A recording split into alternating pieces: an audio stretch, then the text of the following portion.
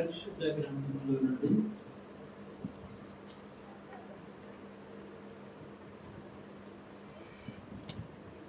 పద్దెనిమిదవ కీర్తన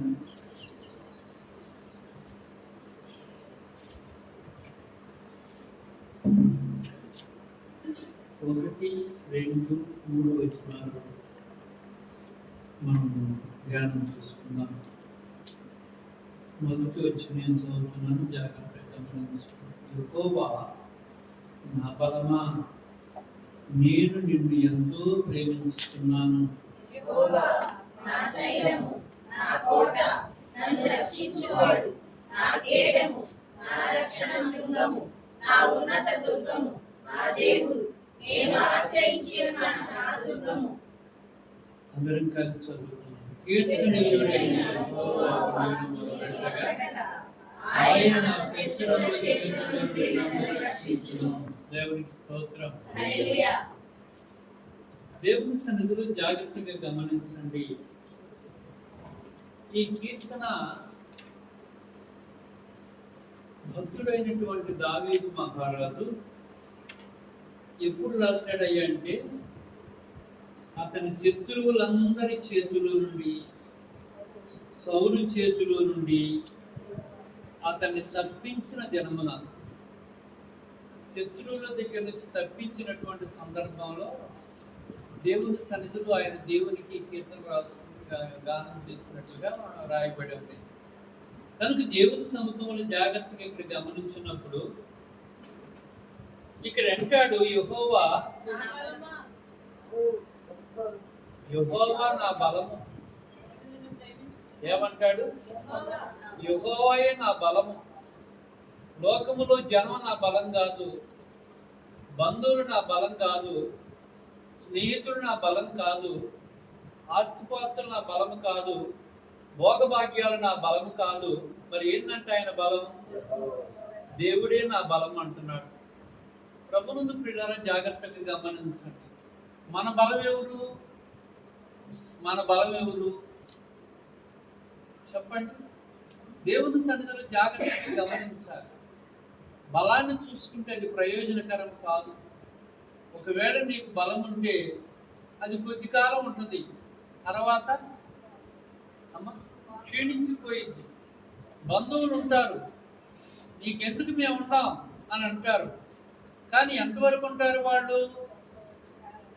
ఎంతవరకు ఉంటారు? నువ్వు బాగున్నప్పుడు నీతో ఉంటారు.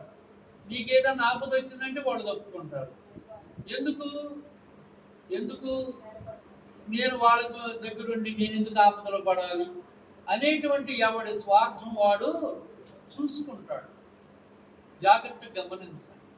కనుక లోకములో ఉన్నటువంటి వాటన్నిటికంటే నా బలం ఎవరంటే యెహోవాయే అంటాడు దావీదు. దేవుని సన్నిధిలో జాగ్రత్తగా గమనించండి. ఎందుకు ఈ మాట పలకగలిగాడు అని అంటే, దావీదు యొక్క జీవితంలో అనుభవించినటువంటి అనుభవాలు చాలా ఉన్నాయి. వాటన్నిటిని మనం వివరించుకోవడానికి కుదరదు. కానీ దేవుని యొక్క సన్నిధిలో దావీదు పడ్డటువంటి శ్రమలు చాలా ఉన్నాయి. ఎందుకు ఇన్ని శ్రమలు పడాల్సి వచ్చింది అని అంటే, దేవుడు తనని చెప్పండి, తనకిష్టుడిగా చేసుకోవడానికి. ఏం చేసుకోవడానికి? తనకిష్టుడిగా చేసుకోవడానికి దావీదుని ఆ రీతిగా దేవుడు సిద్ధపరుచుకున్నాడు. కనుక ఇక్కడ దావీదు అంటాడు, యెహోవా నా బలము, నేను నిన్ను ఎంత ప్రేమిస్తున్నాయంట? ఎంత ప్రేమిస్తున్నాయంట? ఈ మాట జాగ్రత్తగా గమనించండి. దేవుని మనం ప్రేమిస్తున్నామా? దేవుని మనం ప్రేమిస్తున్నామా? దేవుని సన్నిధిలో దావీదు అంటాడు, ఆయన ప్రేమిస్తున్నాడు. ఎందుకు ప్రేమిస్తున్నావయ్యానంటే 2వ వచనంలో చెబుతాడు, ఏమంటాడు? యెహోవా నా శైలము, యెహోవా నా కోట, యెహోవా నన్ను రక్షించువాడు, యెహోవా నా కేడము, యెహోవా నా రక్షణ శృంగము, యెహోవా నా ఉన్నత దుర్గము, యెహోవాయే నా దేవుడు. ఎన్ని ఉన్నాయంట? ఎన్ని పాయింట్లు ఉన్నాయి? మళ్ళీ చెప్పు, మేము లెక్క వేసుకుంటామంటారా? జాగ్రత్తగా గమనించండి. ఎందుకు నిన్ను ప్రేమిస్తున్నాడు దావీదు అని అంటే, దావీదు పట్ల దేవుడు చేసినటువంటి మేలులు, దావీదు పట్ల దేవుడికి ఉన్నటువంటి ఉన్నత స్థితి, దావీదు పట్ల దేవుడు ప్రేమించినటువంటి ప్రేమను మనం గమనించినప్పుడు ఇన్ని రకాలుగా దేవుడు నాకు తోడుగా ఉన్నాడు అంటాడు. శైలముగా ఉన్నాడంట, కేడముగా ఉన్నాడంట, కోటగా ఉన్నాడంట, రక్షణ శృంగంగా ఉన్నాడంట, ఉన్నత దుర్గంగా ఉన్నాడంట. ఇంకా అంటాడు, నేను ఆశ్రయించుతున్న నా దుర్గము, నేను ఆయన ఆశ్రయించాను కాబట్టి ఆయన నాకు దుర్గమై ఉన్నాడు అంటాడు. అందుకు నేను ప్రేమిస్తున్నాను అంటాడు. దేవుని సన్నిధిలో జాగ్రత్తగా గమనించండి. మీరు ఎందుకు ప్రేమిస్తున్నారు? మీరు ప్రేమిస్తున్నారా? మీరు ప్రేమిస్తున్నారా అని అడుగుతున్నాను. దేవుని మీరు ప్రేమిస్తున్నారా అని అడుగుతున్నాను.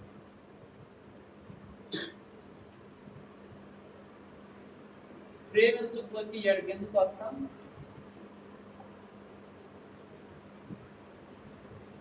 కదా, నువ్వు ప్రేమిస్తే రాలా. ఆయన నిన్ను ప్రేమించాడు కనుక నువ్వు వీళ్ళకి రాగలిగావు. ఒక విషయం జాగ్రత్తగా గమనించండి. మనకి ఎవడైనా విరోధులు అయి ఉంటే వాళ్ళ దగ్గరికి మనం పోతామా? ఎందుకని అంటున్నాం. వాళ్ళు మనుషులే కదా. ఎందుకని?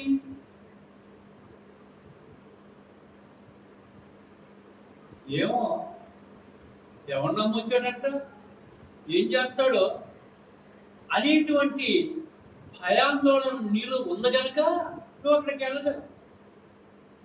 కానీ దేవుని సన్నిధిలో దావీదు అంటాడు, ఆయన నాకు ఆశ్రయమై ఉన్నాడు, ఆయన నాకు దుర్గమై ఉన్నాడు, కాబట్టి నేను ఆయన దగ్గరికి వెళ్తా, నేను ఆయన్ని ప్రేమిస్తాను. ఎన్ని వచ్చినా ఆయన ప్రేమించేటువంటి దావీదు. అందుకే దేవుడు అంటాడు, దావీదు నా ఇష్టానుసారుడైన దేవుని స్తోత్రం. కనుక దేవుని సన్నిధిలో మనం ఆయన ప్రేమిస్తున్నామా? మనం ఆయన ప్రేమిస్తున్నామా?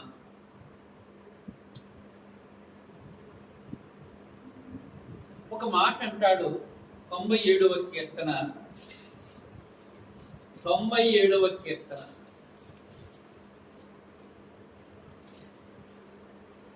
10వ వచనం. యెహోవాను ప్రేమించువారులారా, అమ్మా, యెహోవాను ప్రేమించువారులారా, చెడుతనమును అసహ్యించుకొనుడి, చెడుతనమును అసహ్యించుకొనుడి. తన భక్తుల ప్రాణములను ఆయన కాపాడుచున్నాడు. భక్తిహీనుల చేతిలో నుండి ఆయన వారిని ఎప్పుడు? ఈ మాట జాగ్రత్తగా గమనించాలి. యెహోవాను ప్రేమించేటువంటి నీవు ఏం చేయాలంట? చెడుతనాన్ని విడిచిపెట్టు. నీ చెడుతనాన్ని నీ విడిచిపెట్టగలిగితే ఆయన నిన్ను కాపాడటానికి రెడీ, సిద్ధంగా ఉన్నాడు. రెండవది, భక్తిహీనుల చేతిలో పడకుండా ఆయన నిన్ను విడిపిస్తాడు అంటాడు. ప్రభువును పిల్లలు జాగ్రత్తగా గమనించండి. దేవుణ్ణి ప్రేమించేటువంటి నీ జీవితము నీవు తప్పించుకోవాలి. దేవుని ఆ లోకం నుంచి తప్పించుకోవాలి, శత్రువుల నుంచి తప్పించుకోవాలి, భక్తిహీనుల చేతుల నుంచి అని అంటే నీలో ఉన్న చెడుతనాన్ని నీవు విడిచిపెట్టడం నేర్చుకోవాలి. ఇది విడిచిపెట్టగలిగిన నాడు దేవుని ఆత్మ నీకు తోడుగా ఉంటుంది. దేవుడు నీతో ఉండి నడవటానికి సిద్ధపడతాడు. దేవుని సముఖంలో జాగ్రత్తగా గమనించండి. మనం దేవుణ్ణి ప్రేమించామని చెప్పుకుంటాం. ఇక్కడ ఒక మాట నేను మీకు జ్ఞాపకం చేస్తాను.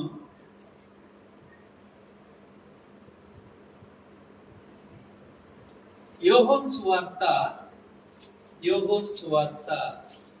దేవుని యొక్క సముఖంలో జాగ్రత్తగా గమనించండి. నేను మిమ్మల్ని ఎరుగుదును.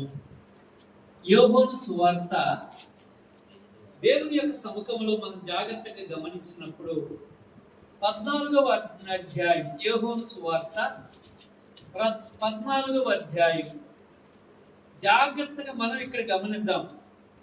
14వ అధ్యాయం 31వ వచనం. అయినను ఆ, నేను తండ్రిని ప్రేమించుచున్నాను. నేను తండ్రిని ప్రేమించుచున్నానని లోకము తెలుసుకొనున్నట్లు తెలుసుకొనున్నట్లు తండ్రి నాకు తండ్రి నాకు ఆజ్ఞాపించినది నెరవేర్చుటకు నేను ఇలాగూ చేయుచున్నాను అంటాడు. బా. ఈ మాట జాగ్రత్తగా గమనించండి. దేవుని యొక్క సన్నిధిలో ఇక్కడ యోహోను భక్తుడు ఆయన దేవుని సన్నిధిలో రాస్తాడు, నేను తండ్రిని ప్రేమించుతున్నానని లోకం తెలుసుకునేటట్లుగా.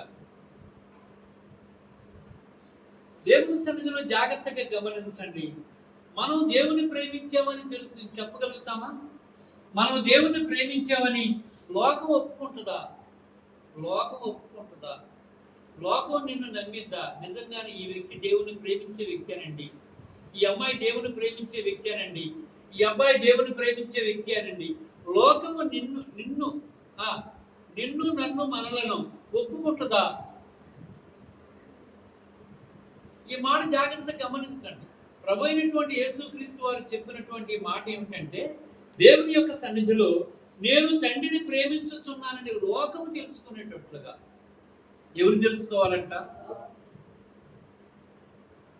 దేవుని యొక్క సన్నిధిలో ప్రభునందు ప్రియుల నీ భక్తి, నీ విశ్వాసము, నీ నమ్మకం ఇవన్నీ లోకం తెలుసుకోవాలి. నిన్ను బట్టి లోకం తెలుసుకునేటట్టుగా నా దేవుని నేను ప్రేమిస్తున్నానని లోకం తెలుసుకునేటట్టుగా అంటాడు.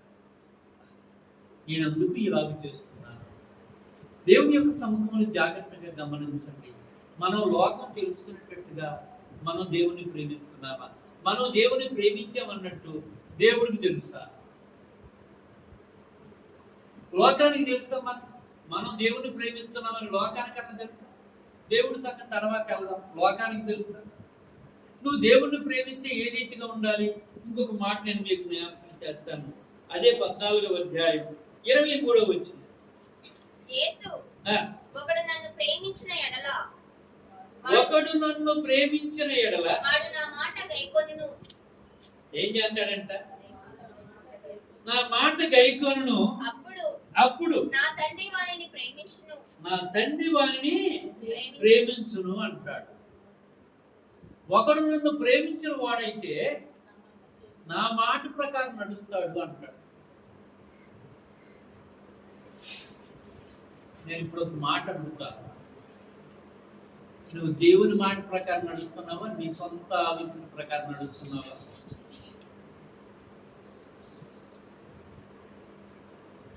మీరు చెప్పండి. మీరు దేవుని మాట ప్రకారం నడుస్తున్నారా? మీ సొంత ఆలోచన మాట ప్రకారం నడుస్తున్నారా?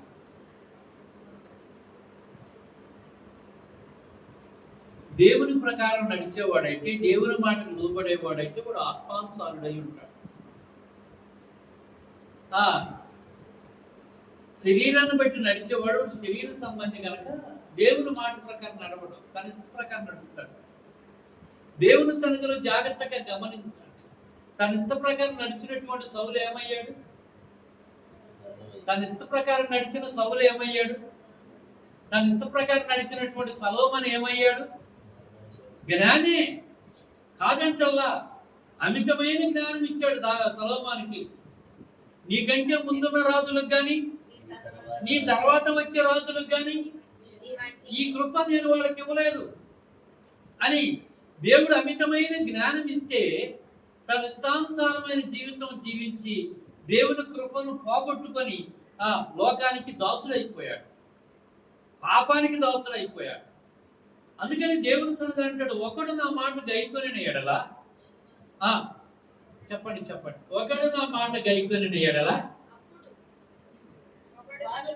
నా మాట ఒకడు నన్ను ప్రేమించువాడైతే నా మాట గైకొంటాడు, అప్పుడు నా తండ్రి వారిని ప్రేమించును, మేము వాని యొద్దకు వచ్చి వాని యొద్ద నివాసము చేతుము. నన్ను ప్రేమింపని వాడు నా మాటలు గైకొనడు. మీరు వినుచున్న మాట నా మాట కాదు, నన్ను పంపిన వారిదే అంటాడు. నా మాట కాదు, నా సొంత మాట నేను చెప్పట్లా. నన్ను పంపిన వారి మాట ప్రకారం నేను మాట్లాడుతున్నాను. నన్ను పంపాడు, ఈ లోకానికి పంపించాడు, అందుకని నేను వచ్చాను. ఆయన చెప్పమన్నాడు, ఆయన చెప్పమన్న మాట నేను చెప్తున్నాను. దేవుని యొక్క సముఖంలో జాగ్రత్తగా గమనించండి. మనం దేవుణ్ణి ప్రేమించే వారమేనా అని అంటే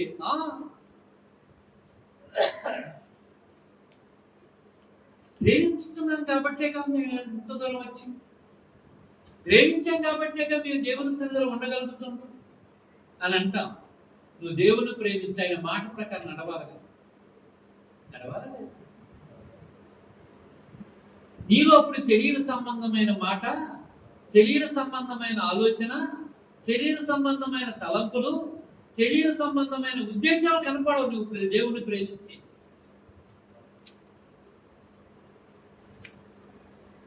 జాగ్రత్తగా గమనించండి. నేను ఒక మాట మీకు జ్ఞాపకం చేస్తాను. రాజుల 2వ గ్రంథం, రాజుల 2వ గ్రంథం,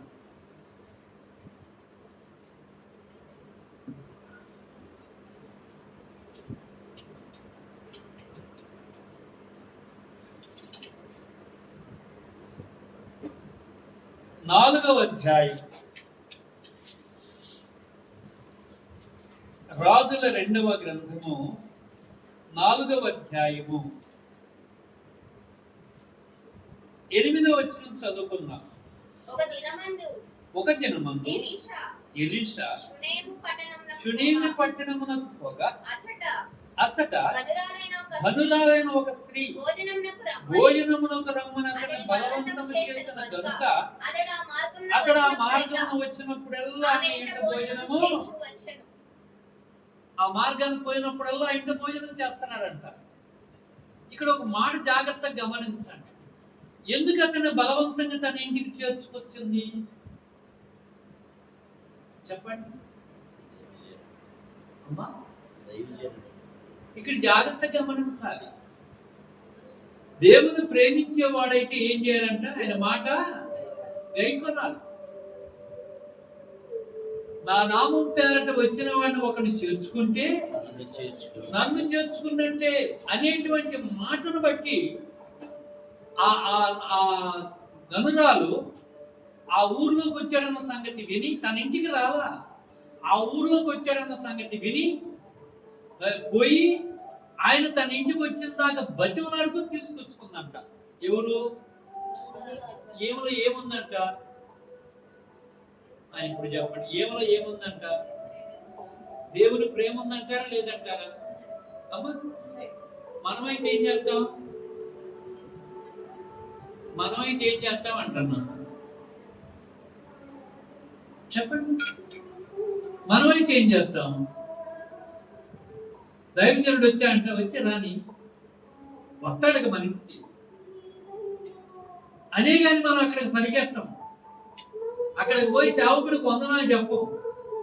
ఎందుకంటే ఇప్పుడు వందనాలు చెప్పడం కూడా నామూష అయిపోయింది జనానికి కూడా. పాపం చనిపోయాడు, ఎక్కడున్నాడో మహానీయుడు, మనకి గోధుమ సంఘానికి వచ్చాడు సమీయులు గారు, సమీయులు పాస్టర్ గారు వచ్చాడు కదా, చనిపోయాడు. ఆయన అనేవాడు, వందనాలు చేస్తే 100 రకాల ఆశీర్వాదాలు ఉన్నాయి అనేవాడు. ఎన్నంట? 100 రకాల ఆశీర్వాదాలంట వందనాల్లో. దేవుని సన్నిధిలో జాగ్రత్తగా గమనించండి. కొంతమంది మా ఎదుటి పడితే వందనాలు చెబుతారు.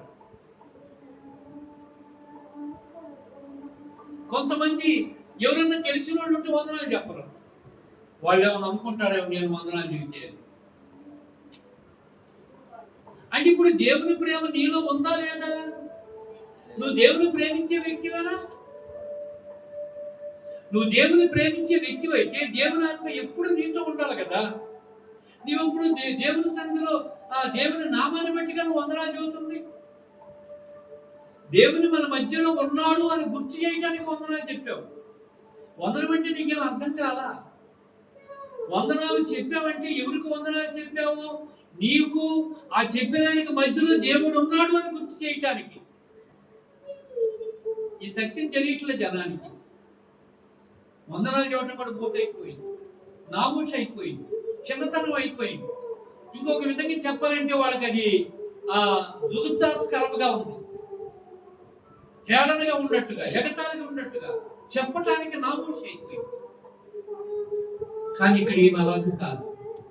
దేవుడు ఆడుకుంది. ఆ ఊరు మొత్తం నిలబడి దేవులాడింది దైవజనుడు ఎక్కడున్నాడని తీసుకొచ్చి బలవంతమైన పరిచర్య చేసిందంట.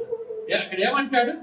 ఆ మాట అమ్మా, మార్గములో వచ్చినప్పుడల్లా భోజనమునకు రమ్మనంతనే బలవంతము చేశాము కనుక ఆ బలవంతపు పరిచర్య విడిచిపెట్టకుండా ఆ బలవంతపు పరిచర్యను కాదనకుండా ఆయన వెళ్ళాడంట. దేవుని సన్నిధిలో జాగ్రత్తగా గమనించండి. కొన్ని సందర్భాల్లో దైవజనుడు మన ఇంటికి వచ్చి బలవంతపు పరిచర్య చేసినట్టుగా చేస్తారు కొంతమంది. కాదని లేక రమ్మన్నా, వద్దని లేక రమ్మన్నా, రాళ్ళే అనుకోని రమ్మన్నా, ఒత్తడు అనుకోలేదు. అక్క నేను రమ్మని వల్ల పరిగెత్తుకొచ్చాడు. అంటే నీ హృదయంలో ఏ ఆలోచన ఉంది? చెడు ఆలోచన. ఈ ఆలోచన దేవునికి పనికి రాదు. ఈమెలో ఆలోచన లేదు. ఈమెలో దేవుని ప్రేమ కనపడింది. ఆ ప్రేమను బట్టి, ఆ పరిచర్యను బట్టి ఆ దైవజనుడు ఆమెకు బిడ్డను ప్రసాదింపు చేశాడు. ఆ మాట మనం చదువుకున్నాం. దేవుని సన్నిధిలో జాగ్రత్తగా గమనించండి. 15వ వచనం, 4:15. అందుకతడు ఆమెను పిలువమనగా వాడు ఆమెను పిలిచి ఆమె వచ్చి ద్వారమందు నిలువబడగా మరుసటి ఏట ఈ ఋతువున నీ కౌగిట కుమారుడును ఆమెతో అనెను. ఏమన్నాడు? నీ కౌగిట కుమారుడు ఉంటాడు అని చెప్పాడు. దేవుని సన్నిధిలో ఆమె అంటది, ఆమె ఆ మాట విని దైవజనుడైన నా ఏలిన వాడా పలుకవద్దు, అలాగూ పలకవద్దు. నీ దాసురాలైన నాతో అబద్ధం ఆడవద్దు అంది. ఏమంది? ఏం అబద్ధం ఆడాడు దైవజనుడు? ఏం అబద్ధం ఆడాడు దైవజనుడు? చెప్పండి ఇప్పుడు మీరు. అబద్ధం ఆడవద్దు అని అంటానికి గల కారణం ఏమిటి?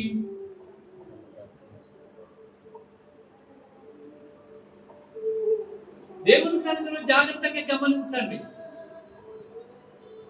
అబద్ధం ఆడవద్దు అని అంది. ఒక దైవజనుడిని పట్టుకొని నా ఏలిన వాడని సంబోధించింది ముందు. ఎవరంట? నా ఏలిన వాడా. దైవజనుడు అంటే ఆమె దేవునితో సమానంగా ఎంచుకుంది, అందుకని ఏలిన వాడు అంది. జాగ్రత్తగా గమనించండి. దేవుని ప్రేమ, దేవుని ప్రేమించినటువంటి ఆ వ్యక్తిలో ఉన్నటువంటి ప్రేమ ఎంతగా ఆత్మీయతలోకి నడిపించిందో ఆలోచించండి. నా ఏలిన వాడా, అలాగూ పలకవద్దు, నీ దాసురాలనైన నాతో. ఏంటి ఆడపడిన దాసుడైనా? జాగ్రత్త గమనించు. నాతో అబద్ధం ఆడొద్దయ్యా. ఏం అబద్ధం ఆడాడు? మరుసటి ఏట ఏమన్నాడు? ఆ మాట మళ్ళీ మరుసటి ఏట ఈ ఋతువున నీ కౌగిట కుమారుడు ఉండునని ఆమెతో చెప్పాను. ఈమె ఎందుకని ఈ మాట ఉంది? అని అంటే దేవుని సన్నిధిలో జాగ్రత్తగా గమనించండి. ఎందుకు ఈ మాట అందో ఒక మాట నేను మీకు జ్ఞాపకం చేస్తాను, జాగ్రత్తగా గమనించాలి. ఇక్కడ ఒక మాట నేను మీకు గుర్తు చేస్తాను. 14వ వచనం, నేనేమి చేయగోరుచున్నదని వాడిని అడుగగా గెహాజీ ఆమెకు కుమారుడు లేడు, మరియు ఆమె పెనిమిటి ముసలివాడును అతనితో. అది అబద్ధం ఆడొద్దంటానికి కారణం. నా భర్త ముసలివాడు కదా, మాకు బిడ్డలు కలిగే యోగ్యత లేదు కదా, బిడ్డలు పుడతారని అబద్ధం ఆడతావు ఎందుకయ్యా, నన్ను భ్రమ పెట్టొద్దయ్యా అని మాట్లాడు. శరీర తత్వాన్ని బట్టి బిడ్డలు పుడతారని అక్కడ దైవజనుడు మాట్లాడలేదు. ఇక్కడ జాగ్రత్తగా గమనించాలి. దేవుని యొక్క సన్నిధిలో జాగ్రత్తగా మనం గమనించినప్పుడు అబ్రహాముకు ఈ రాళ్ల వల్ల కూడా బిడ్డల్లో పుట్టించగలను అన్నాడా లేదా? ఆలోచన చేయండి. దేవుని మాట ఏది అవ్వాలి అంటే అది అవుతుంది. అది దేవుని చిత్తంలో ఉంది. ఆమె దేవుణ్ణి ప్రేమించింది, ఆమె దేవుణ్ణి ప్రేమించింది, ఆయన సేవకుని ప్రేమించింది, ఆయనకు పరిచయం చేసింది, ఆయనకు ఒక ఇల్లు కట్టింది, ఆయనకు కావలసిన సఫలన్నీ చేసింది. అందుకని దేవుడు ఆమెను ప్రేమించాడు. జాగ్రత్తగా గమనించి ఈ ప్రేమను బట్టి దేవుని సన్నిధిలో ఆమెకు దేవుడి గర్భాన్ని తెరవగలిగాడు. అవునా కాదా? కన్యక అయినటువంటి మరియమ్మకు గర్భం ఇవ్వలేదా దేవుడు? ముసలితనంలో ఉన్నటువంటి ఎలిజబెత్కి ఇవ్వలేదా గర్భాన్ని? అందుకని ఈమె తన పెరిమిటి ముసలివాడు గనక అక్కడ ఆమెలో శరీర మనసు వచ్చింది. ఏ మనసు వచ్చింది? శరీర మనసు వచ్చిందండి. అందుకని ఈ మాట బలం కలిగింది. ఈ శరీర మనసుతో మాట్లాడింది, నాతో అబద్ధం ఆడవద్దయ్యా అని. దేవుని యొక్క సన్నిధిలో జాగ్రత్తగా గమనించండి. 17వ వచనం. పిమ్మట గర్భవతి అయి ఎలీషా తనతో చెప్పిన కాలమున కుమారుని కని తరువాత తన తండ్రి యొద్దకు పోయి అక్కడ ఉండగా తలపోయిని అని తన తండ్రితో చెప్పాను. అతడు వారిని ఎత్తుకొని తల్లి యొద్దకు తీసుకుని పొమ్మని పనివారిలో ఒకరికి అప్పచెప్పగా తీసుకొని పోయాను. పిల్లవాడు మధ్యాహ్నము పర్యంతము తల్లి తొడ మీద పండుకొని ఉండి ఎక్కడ చనిపోయాడంట? తన ఒళ్ళోని ప్రాణం విడిచాడు. దేవుని యొక్క సన్నిధిలో జాగ్రత్తగా గమనించండి. అసలు పిల్లలు లేరు. ఎందుకు లేరు? భర్త ముసలివాడు రాయబడదు. మరి ముసలోడు కాళ్ళు ఎట్టిచ్చారు, ఈమెట్టు చేసుకుందో మనకు తెలియదు. కానీ దేవుని యొక్క సన్నిధిలో లేనటువంటి స్థితిలో దేవుడు ప్రేమించి బిడ్డను ఇచ్చాడు. ఇచ్చిన బిడ్డ ఇప్పుడు ఏమైపోయాడంట? ఆ హృదయం ఎట్లుంటుంది అంటారు? చెప్పండి. అబద్ధమాడొద్దు అన్నక్కడేమో శరీర మనసు కనపడింది ఆమెలో, ఇక్కడ శరీర మనసు మాయమైపోయింది. ఇప్పుడు ఆమె చేసిన పని ఎందుకు చూద్దాం. మంచం మీద పెట్టి తలుపు వేసి బయటకు వచ్చి ఒక పనివారిని ఒక గాడిదను నా ఎద్దకు పంపము, నేను దైవజనుని ఎద్దకు పోయి వచ్చేదని ఆమె పెనిమిటితో అనగా, నేను అమావాస్య కాదే, విశ్రాంతి దినము కాదే, అతని ఎద్దకు ఎందుకు పోవద్దు అని అడగగా ఏమండి? అంతేగాని పిల్లవాడు దక్కిపడింది చెప్పలేదుగా. మనకిచ్చిన బిడ్డ చనిపోయాడు. అందుకని నేను అక్కడికి వెళ్తున్నాను. ఏడవలేదు, కన్నీరు కాచలేదు, దుఃఖించలేదు. దేవుని సన్నిధిలో ప్రభునందు పిల్లలను జాగ్రత్తగా గమనించి మనమైతే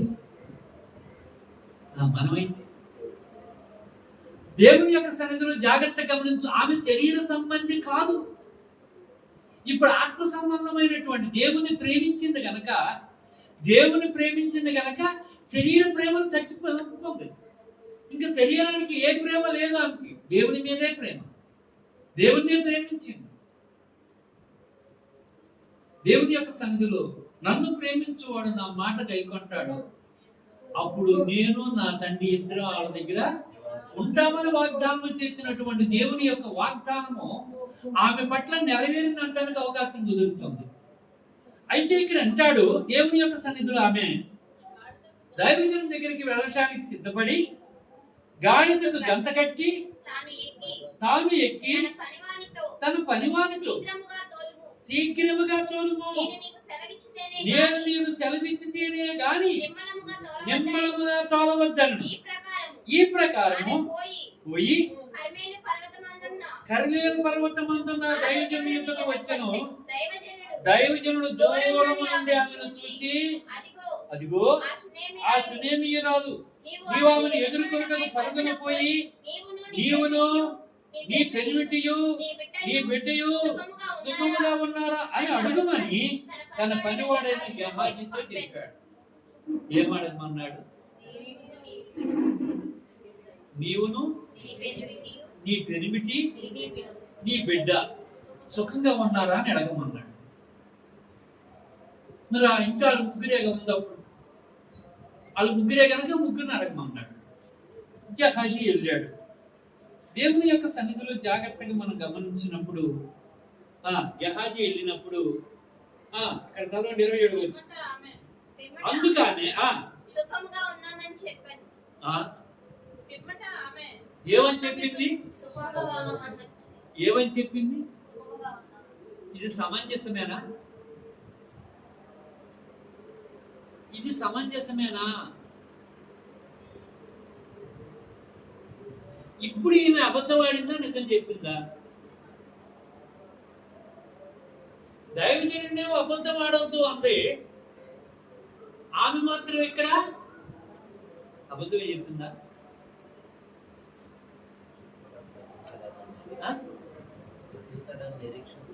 జాగ్రత్తగా గమనించాలి. ఇక్కడ శరీర మనసు లేదు ఆమెలో. నా బిడ్డ చనిపోయాడని ఏడవలేదు, నా బిడ్డ చనిపోయాడని చెప్పి జనంతో చెప్పలేదు, నా బిడ్డ చనిపోయాడని భర్తతో చెప్పలేదు, బంధువులతో చెప్పలేదు, ఎవరికి చెప్పలా ఈ మాట. మౌనంగా దేవుని యొక్క సన్నిధిలో ఆ బిడ్డను తీసుకెళ్లి దైవజనుడి యొక్క మంచం మీద పడుకోబెట్టింది, కలిపేసేసింది. ఇంకెవరు ఆ గదిలోకి పోవటానికి ఎవరికి హక్కు లేదు. బయటకు వచ్చేసింది, గాడిదను ఎక్కింది. గాడిదను తోలేటువంటి వారితో చెప్పింది, శీఘ్రముగా తోలు, నేను నెమ్మదిగా పొమ్మన్నంత వరకు నువ్వు శీఘ్రంగానే తోలంది. ఎంత త్వరగా వెళితే అంత మంచిది అని, ఎంత త్వరగా వెళితే అంత మంచిది అని. దేవుని సముఖంలో జాగ్రత్తగా గమనించండి. అక్కడికి వెళ్ళినప్పుడు ఆ దైవజనుడు చూశాడు, ఆమె వచ్చిన రీతి చూశాడు, ఆమెలో ఉన్నటువంటి మనస్తత్వాన్ని గమనించాడు. త్వరగా వెళ్ళి నీవు నీ పెనిమిటి నీ బిడ్డ క్షేమంగా ఉన్నారని అడుగు అన్నాడు. ఈయన పోయి అడిగాడు, క్షేమంగా ఉన్నారంటే ఆమె ఏముంది? క్షేమంగానే ఉన్నామని చెప్పింది. ప్రభునందు ప్రియులారా, జాగ్రత్తగా గమనించాలి. ఆత్మ సంబంధమైనటువంటి ఆలోచన వేరుగా ఉంటుంది. అది శరీర మనసును చంపింది. ఏ మనసును చంపిందంట? శరీర మనసును చంపింది. ఆమెలో ఉన్నటువంటి ఆలోచన ఏంది? నేను దైవజనుల మంచం మీద పడుండబెట్టి వచ్చాను కనుక నా కుమారుడికి ప్రొపిస్తాడనేటువంటి ఒక ఆలోచన, ఒక ధైర్యము, ఒక నిబ్బరము, ఒక విశ్వాసం, ఒక నమ్మకం ఆమెలో ఉంది. ఆ నమ్మకాన్ని బట్టి మాట్లాడగలిగింది ఆ మాట. దేవుని సముఖంలో జాగ్రత్తగా గమనించడం, సుఖంగానే ఉన్నామయ్యా అని అన్న తర్వాత పిమ్మట ఆమె కొండ మీద ఉన్న దైవజనుడి యొద్దకు వచ్చి అతని కాళ్ళు పట్టుకుంది. ఏమీ చెప్పలేదు కానీ అతని కాళ్ళు పట్టుకుంది. వెంటనే గెహాజీ ఆమెను తోలివేయుటకు దగ్గరకు రాగా ఆమె బహు వ్యాకులముగా ఉన్నది.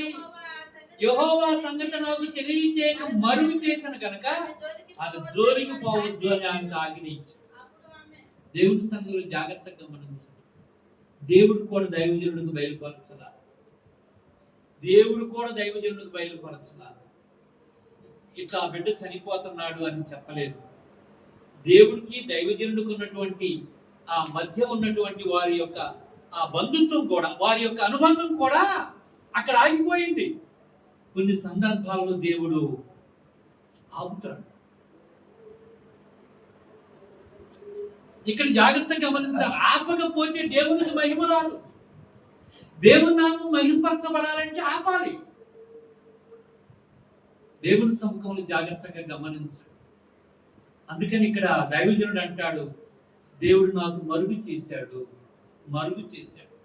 కాబట్టి ఆమెను నువ్వు ఆపొద్దు అని చెప్పి ఇప్పుడు అంటాడు, నువ్వు ఈ దండము తీసుకొని నువ్వు వెళ్ళి ఆ బిడ్డ మీద పెట్టు అని చెప్పాడు. ఆ మనిషిని పంపించిన తర్వాత అంటది ఏముంది ఆమె, ఆ, కుమారుడు కావాలనని ఆ, నేను నా ఏలిన వాడని నిన్ను అడిగితినా? నేనేమన్నా అడిగానా? నన్ను భ్రమ పెట్టవద్దని నేను నేను చెప్పలేదు. అడిగానా? అబద్ధం ఆడొద్దని అప్పుడే చెప్పాను కదా, భ్రమ పెట్టవద్దని చెప్పాను కదా, నేను కుమారుడు కావాలని అడగలేదు కదా అని అతనితో మనవి చేసేటప్పటికి ఇప్పుడు కుమారుడు లేడన్న సంగతి ఇప్పుడు అర్థమైంది. ఎవరికి? దైవజనుడు. దైవజనుడికి. ఇప్పుడు చనిపోయాడు, అందుకని నువ్వు త్వరగా వెళ్ళు, యాజీ నువ్వు త్వరగా వెళ్ళు, నా దండం తీసుకొని వెళ్ళు. ఎవరైనా ఒకవేళ ఎదురొచ్చి నీకు వందనాలు చేస్తే వాళ్ళకి వందనాలు చెప్పబాక, నీకు నమస్కారం చేస్తే ప్రతి నమస్కారం చేయబాక, నువ్వు ఎవరితో మాట్లాడొద్దు, ఎవరు నువ్వు పలకరించొద్దు, నువ్వు త్వరగా వెళ్ళి ఆ దండాన్ని అతని మీద పెట్టు అన్నాడు. దేవుని యొక్క సన్నిధిలో జాగ్రత్తగా గమనించు. ఇది కొంతమంది ఆసరాగా తీసుకున్నారు ఈ సందర్భాన్ని. ఎవరితో మాట్లాడుతూ ఎవరితో ఎవరు జీవితాలు తెలుసా ఈ మాట?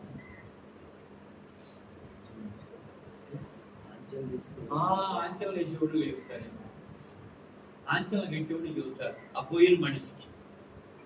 ఇంటి దగ్గర ఉన్న మనిషి కోసం ఈ మనిషి పోతాడు కదా, ఆ మనిషి అంటాడు ఇది తీసుకొని నువ్వు తీసుకెళ్ళి అతను కట్టేంత వరకు ఎవరితో మాట్లాడొద్దు, ఎవరు నువ్వు బలకరియొద్దు, ఒకవేళ బలకరించావు నువ్వు బలకం.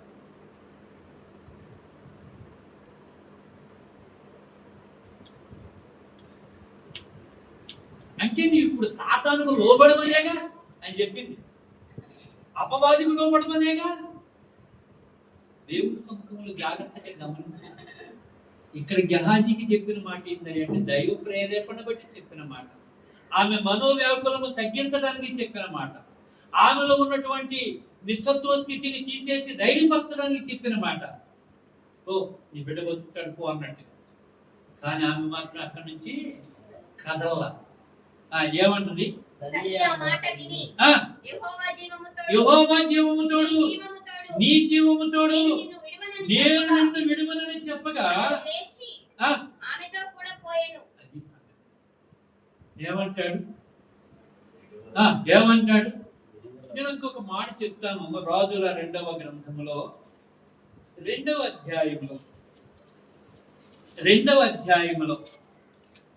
2వ వచనం చదువుకుందాం.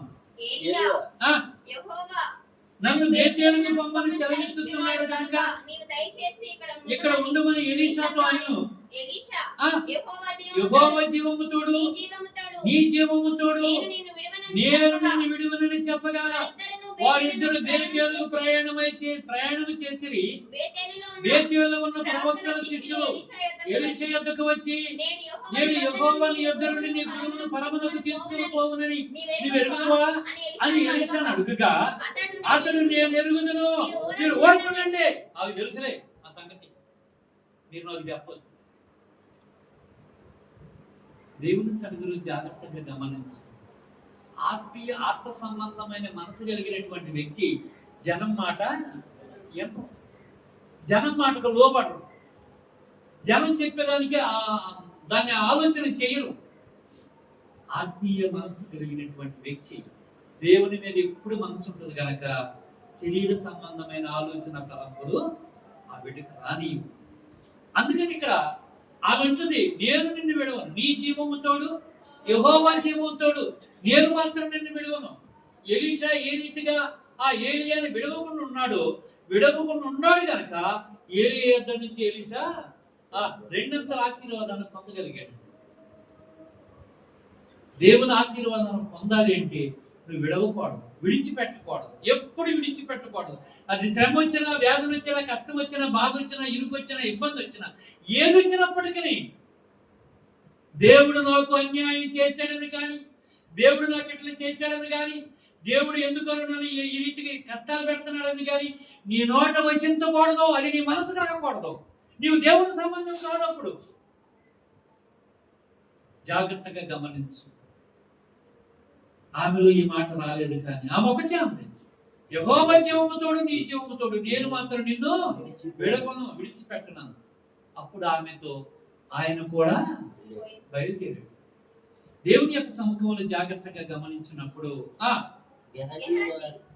వారికంటే ముందుగా వెళ్ళి వారిని ముఖము మీద పెట్టెను గాని ఏ శబ్దమును రాకపోయేను. ఏమీయు వినవచ్చినట్టు కనబడలేదు కనుక వాడు ఎలీషాను ఎదుర్కొని వచ్చి బాలుడు మేలుకొనలేదని చెప్పాను. ఎలీషా ఆ ఇంటకు వచ్చి బాలుడు మరణమై ఉండి తన మంచం మీద చూచి తానే లోపలికి పోయి వారిద్దరే లోపల ఉండగా తలుపు వేసి యెహోవాకు ప్రార్థన చేసి మంచం మీదకెక్కి బిడ్డ మీద తను తాచుకొని తన నోరు వాని నోటి మీదను తన కళ్ళు వాని కండ్ల మీదను తన చేతులు వాని చేతుల మీద ఉంచి బిడ్డ మీద పొడుగుగా పండుకొనగా ఆ బిడ్డ ఒంటికి దేవునికి స్తోత్రం.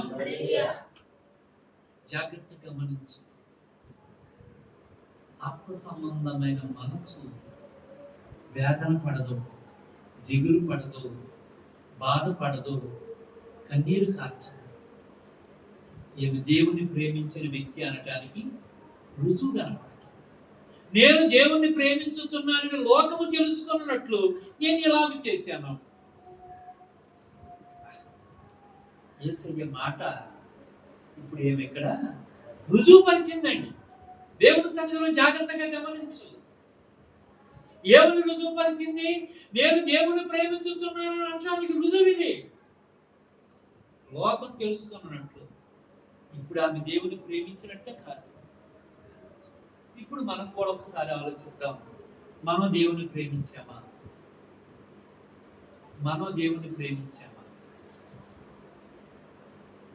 దేవుని ప్రేమిస్తే మనలో ఏ మనస్తత్వం ఉంటుంది? శరీర మనసు ఉంటుందా? ఆత్మ మనసు ఉంటుందా? ఇప్పుడు చెప్పండి, ఆలోచించండి. దేవుని యొక్క సన్నిధిలో నా జీవితాన్ని ఒకసారి పరిశీలన చేసుకొని మన ఆత్మను ప్రశ్న వేసుకొని, నేను ఏ రీతిగా ఉన్నాను ప్రభా? నిన్ను ప్రేమిస్తున్నానని అనుకుంటున్నాను, నిన్ను ప్రేమించాలని చెప్పుకుంటున్నాను, నిన్ను ప్రేమించాలని భ్రమపడుతున్నాను, కానీ నాలో నీ ప్రేమ ఉంది అనటానికి రుజువు లేదయ్యా. రుజువు లేని బ్రతుకయ్యా. రుజువు ఉంటే నాలో ఆత్మీయ మనసు ఉంటుందయ్యా. రుజువు ఉంటే నాలో శరీర తత్వం రాదయ్యా.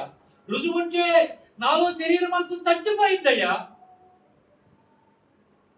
నిన్ను ప్రేమించాను అనటానికి రుజువు నా శరీర మనసును చంపుకుంటున్నానని దేవుని సన్నిధిలో ఒప్పుకోగలిగితే అప్పుడు నీ ఆరాధన దేవుడు అంగీకరించడానికి అవకాశం. ఆ శరీర మనసు నీలో ఉన్నంత కాలము దేవునితో నీవు కలిసి ఉండడానికి అవకాశము లేదనే సత్యాన్ని మాత్రం జాగ్రత్తగా గమనించు. శరీర మనసు నీలో ఉన్నంత కాలం దేవుడు నిన్ను ప్రేమించలేదనే సత్యాన్ని గమనించు. నీలో శరీర మనసు ఉంటే దేవుడు నిన్ను ఎలా ప్రేమిస్తాడు? ఆలోచించి. శరీర మనసు నీలో ఉన్నప్పుడు నువ్వు ఎలా ఉంటావో తెలుసా?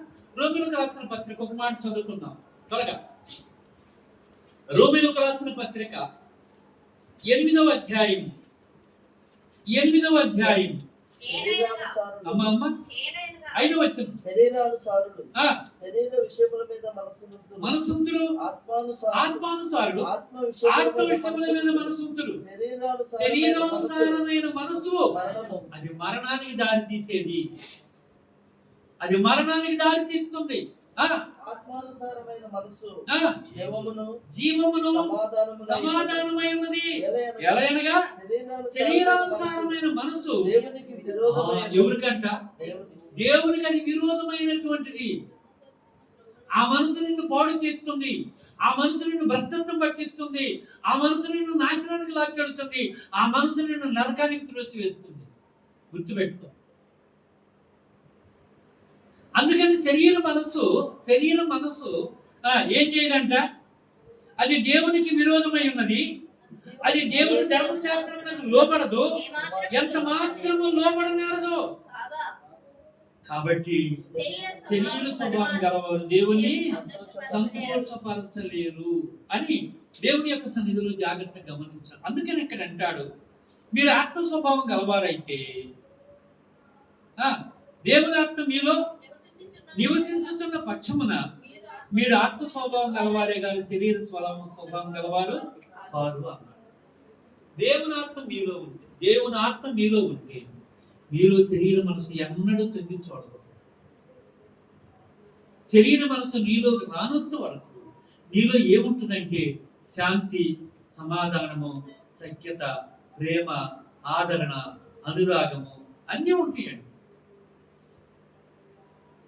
శరీర మనసు నీలో ఉన్నప్పుడు అసూయ, ద్వేషము, పగ, ప్రతీకారము, మోసము, అకృత్యాలు, అవమానాలు అన్నీ ఉంటాయండి. వీటి వల్ల దేవుడు నిన్ను ప్రేమించడం. జాగ్రత్తగా గమనించు. దేవుడు నిన్ను ప్రేమిస్తే నీలో దేవుని ప్రేమ ఉండాలి. దేవుని ప్రేమ నీలో లేకుండా శరీర మనసు నీలో ఉంటే దేవుడు నిన్ను ప్రేమించడు. కనుక దేవుని ప్రేమకు పాత్రలు కావడానికి ప్రయత్నం చేద్దాం. దేవుని ప్రేమను పొందుకోవడానికి ప్రయత్నం చేద్దాం. దేవుని యొక్క సన్నిధిలో ఆయన నిన్ను ప్రేమించాలంటే నీవు కూడా ఆయన మాట విని నేను మీతో చెప్పిన ప్రకారం మీరు ఒకరినొకరు ప్రేమించండి అన్నాడు. ఆ ప్రేమ నీలో ఉన్నప్పుడే దేవుడు నీకు తోడుగా ఉంటాను సిద్ధపడతాడు. అప్పుడు నీలో శరీర మనసు లేకుండా ఆత్మ మనసు కలిగి ఉంటావు గనక దేవుని కృప నీకు తోడుగా ఉంటుంది, దేవుని ఆత్మ నీకు తోడుగా ఉంటుంది. దేవుడు ఎప్పుడు నీ పక్షాన ఉండడానికి అవకాశం ఉంది. కనుక దేవుని యొక్క సన్నిధిలో ఈరోజు నేను కూడా దేవుని ప్రేమిస్తున్నాను అని కనుక ఒకవేళ నువ్వు అనుకుంటే ఏం కనపడాలంట? చెప్పండి, ఏం కనపడాలంట? దేవుని యొక్క సన్నిధిలో జాగ్రత్తగా ఇక్కడ మనం గమనించాలి. ఈ మాట మళ్ళీ ఒకసారి జాగ్రత్తగా మనం గమనిద్దాం. ఏమంటాడు? అయ్యా, శరీరానుసారులు శరీర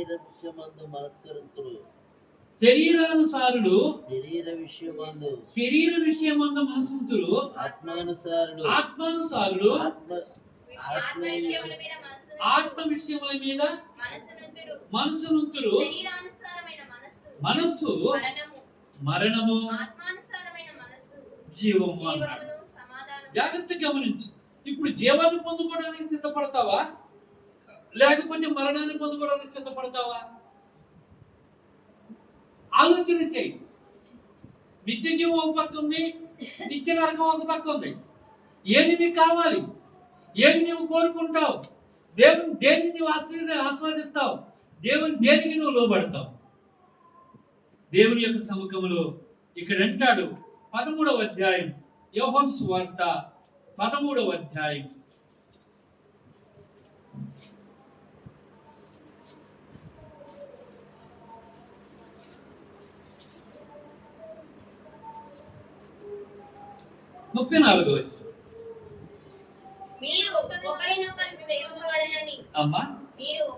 మీరు ఒకరిని ఒకరు ప్రేమింపవలెనని ఏమాగినంట? క్రొత్త ఆజ్ఞ ఇచ్చుచున్నాను, నేను మిమ్మల్ని ప్రేమించినట్టే మీరును ఒకరినొకరు ప్రేమింపవలెను.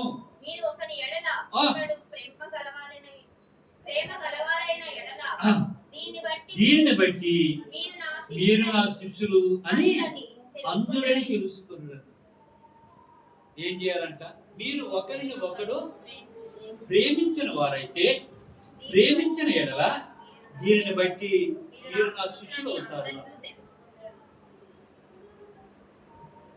ప్రేమించాలా ప్రేమించొద్దా? ఇప్పుడు దేవుణ్ణి ఇప్పుడు చెప్పండి, ప్రేమించాలా ప్రేమించొద్దా?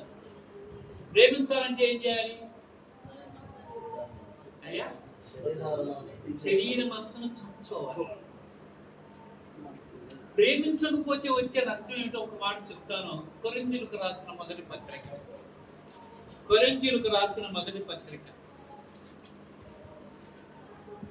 16వ అధ్యాయం 22వ వచనం. ఎవడైనా ప్రభువును ప్రేమింపకుంటే వాడు శపింపబడును గాక. ఏందంట? ఎవడైనా ప్రభువును ప్రేమించకపోతే ఏమవుతాడంట?